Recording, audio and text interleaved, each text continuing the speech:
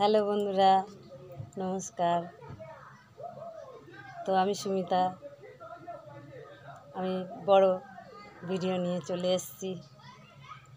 এই যে আমার প্রতিদিনের কাজ, এই যে কাউচি, এই যে চাকু, এই যে বিড়ি, এটাই আমার প্রতিদিনের কাজ।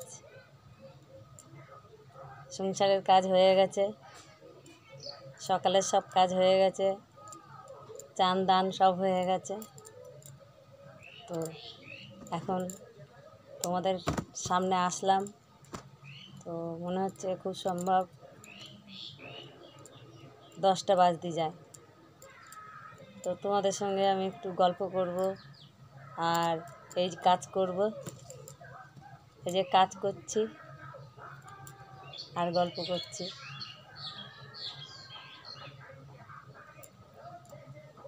তো আমার বড় ভিডিওটা তোমরা দেখবা, আশা করি।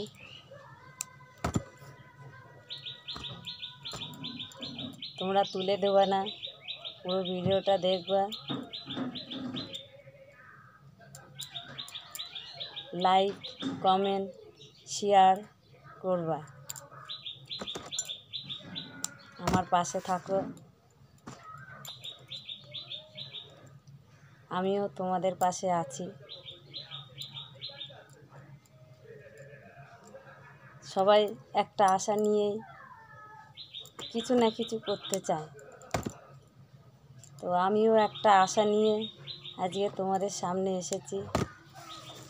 তো আমার আশাটা যেন পূরণ হয়, সেটা তোমাদের উপরেই।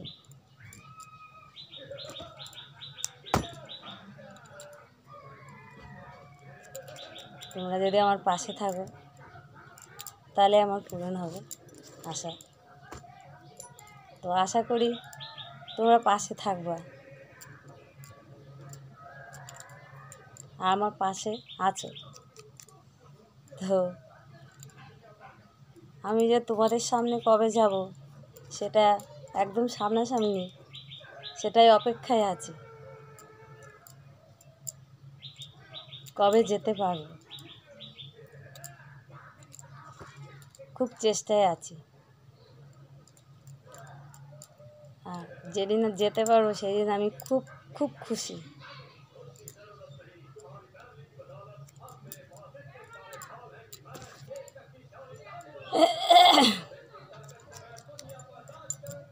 ঠান্ডা গরম পড়ছে, ঠান্ডা গরম লেগে যাচ্ছে।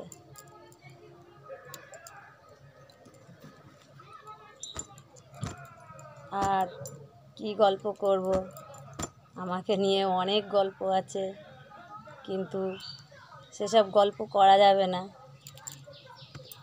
কেন ভিডিওটা অনেক অনেক আত্মীয়দের কাছে যায়। তো আমার মনে কষ্ট মনেই থাকুক, মনের কষ্ট মনেই থাক। আমি চেপে রাখতে পারি, কষ্ট সহ্যও করতে পারি। আর ভগবানকেই ডাকি যে ভগবান তুমি আমাকে শক্তি দাও, কষ্ট দুঃখ সহ্য করার ক্ষমতা দাও। তো এইভাবেই চলছে।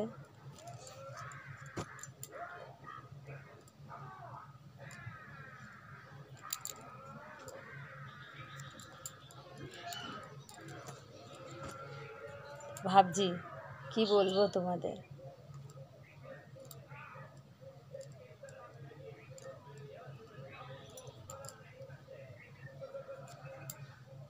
তো সকালবেলা উঠলাম, আমারই গল্প করি, আমার সংসারের গল্প করি, আর কি করব। তো সকালে উঠে সব বাসি কাজ কিছুটা সারলাম, সেরে বাসি জামা কাপড় ছেড়ে, ছাড়া না, চান দান করে একবারে চান দান করে সকালে টিফিন করলাম। টিফিন করে ছেলে চলে গেছে, ছেলে কম্পিউটার শিখতে যায়, ওর বাবা রাজমিস্ত্রির কাজ করে, লোকের কাছে কাজ করে। তো সব খেয়ে দিয়ে বেরিয়ে গেছে।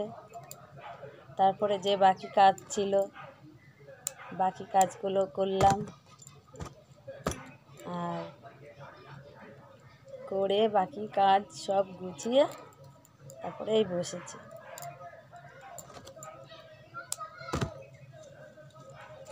এবার এখান থেকে রান্নার টাইম হবে, তারপরে উঠবো, উঠে রান্নার দিকে যাব। তো আজকে রান্না শিওর যেটা হবে, আজকে ভোলা মাছ নিয়েছি, একদম অরিজিনাল ভোলা, যেটা 200 টাকা কেজি। তো আমি যা মাছ নিয়েছি 100 টাকা, মানে 500 কাছাকাছি মাছ হয়েছে, 100 টাকার একটু কম আছে। যাই হোক, মাছ নিয়েছি, ভোলা মাছের ঝাল করব। আর আমের চাটনিটা এখন প্রতিদিন চলছে গরমে। দেখো মোবাইলটা বারবার সরে যায়। কেন রে, তুই চুপচাপ থাকতে পারিস না? আমার কষ্টটা বুঝিস না? খালি মোবাইলটা সরে যায়। এই দেখো আমি কাজ করছি আর কথা বলছি, ওই কুলোয় ঘা লাগছে, মোবাইলটা সরে যাচ্ছে। তো যাই হোক, তো এই রান্না হবে, এরকমভাবে সারাদিন চলতে থাকবে। আর তোমাদের কাছে এই টাইমটায় বড় ব্লগ নিয়ে আসবো, তা তোমরা দেখবা, দেখতে ভুলবা না।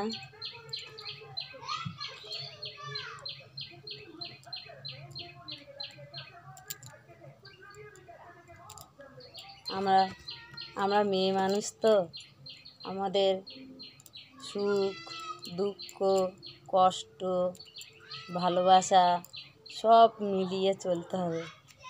কিন্তু আমাদের বেশিরভাগ দুঃখ কষ্ট, বেশি। আর বাদ বাকি সব সামান্য।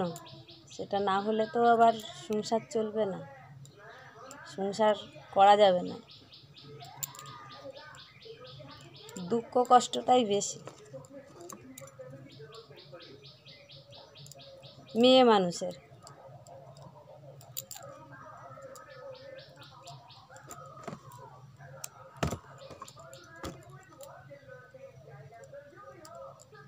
তো আমি চাই আমার দুটো ছেলে পড়াশুনো শিখে একটা জায়গায় দাঁড়াক। আমরা যেরকম কষ্ট করেছি ওদের জন্য সেই কষ্টটা না করতে হয়, সেই চেষ্টাতে আছি।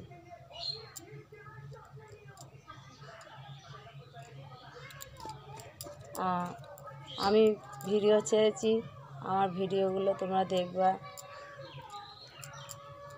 দেখবা, তুলে দেবা না, ভিডিওগুলো দেখবা, শেয়ার করবা, কমেন্ট করবা। আমি সব কমেন্ট চেক করি, কিন্তু আমি একটাই কথা বারবার বলবো, আমার কমেন্টগুলো বাংলায় লিখবা, যতটা পারবা বাংলায় লেখার চেষ্টা করবা। কেন আমি ইংরাজি জানি না, পড়তে পারি না, ঠিকমতো পড়তে পারি না। তো যেভাবে পড়তে পারি ওটা পড়া না পড়া সমান, কিন্তু বাংলায় লিখলে আমার খুব সুবিধা হয়।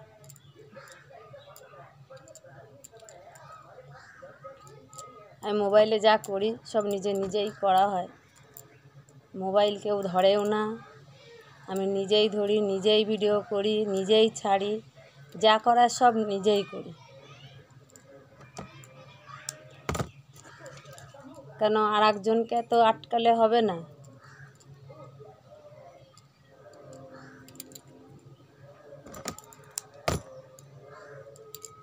তারা সব যাচ্ছে কাজে যায়। আমি যতটা পারি চেষ্টা করি মোবাইলটা ঠিকভাবে ধরার। কিন্তু এটাও আমি জানতাম না, সত্যি কথা বলতে, পড়ালেখা যে যতই জানুক, মোবাইল কিনেই মোবাইলের কাজ সবাই পারে না। আস্তে আস্তে মোবাইলটা ব্যবহার করতে তারপর শেখা হয়। আর খালি মোবাইল বলে না, যে কোনো কাজ, শিক্ষিত হোক আর অশিক্ষিতই হোক, যে কোনো কাজ, একটা কাজ করতে করতে তারপর চর্চা হয়ে যায়। যেমন আমি এই বিড়ির কাজটা যে শিখেছি, আমি যখন প্রথম বিড়ির কাজ শিখি তখন কিন্তু আমি পারিনি, অনেক চেষ্টা করতে হয়েছে, চেষ্টা করে তারপরে আমি শিখেছি। তো সব কাজেই একই, চেষ্টায় থাকলে সব কিছু শেখা যায়।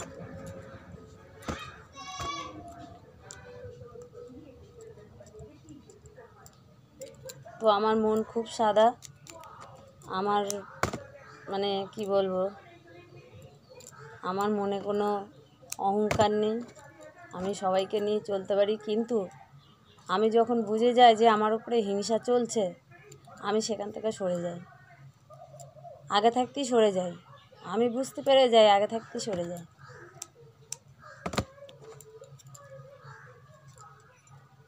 আমার ঘরে টাইম না কাটবে, আমি বিড়ির কুলোনে বসে থাকবো। দরকার হয় মানে আমার তো এমনি আমার টাইম কেটে যায়। আমি যা কাজ আমার ঘরে, দোকান বাজার, ঘর সামলানো, বাচ্চাকে স্কুল দেওয়া নেওয়া, প্রাইভেট দেওয়া নেওয়া, আমার এতেই আমার টাইম কেটে যায়। আর বাইরে বেরোনো মানে কি, 5টা মহিলার সঙ্গে কথা বলা, সেটা হচ্ছে একদম সম্পূর্ণ বড় পাপ।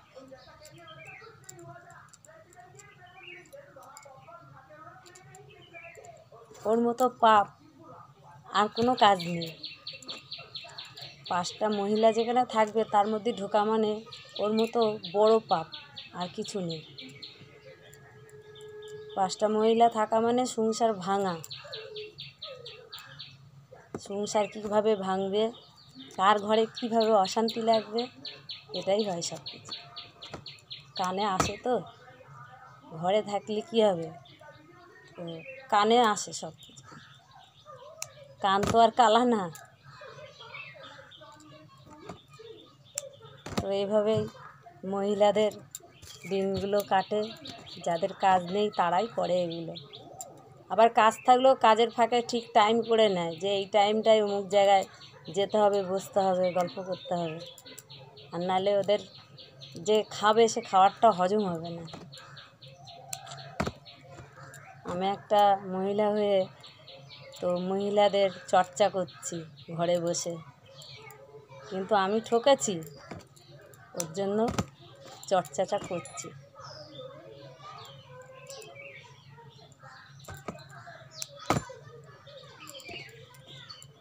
তো আজকে এই পর্যন্তই রাখলাম।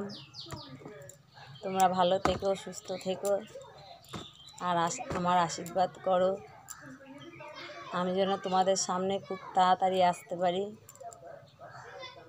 আমি খুব চেষ্টায় আছি, তারপরে তোমাদের উপরে।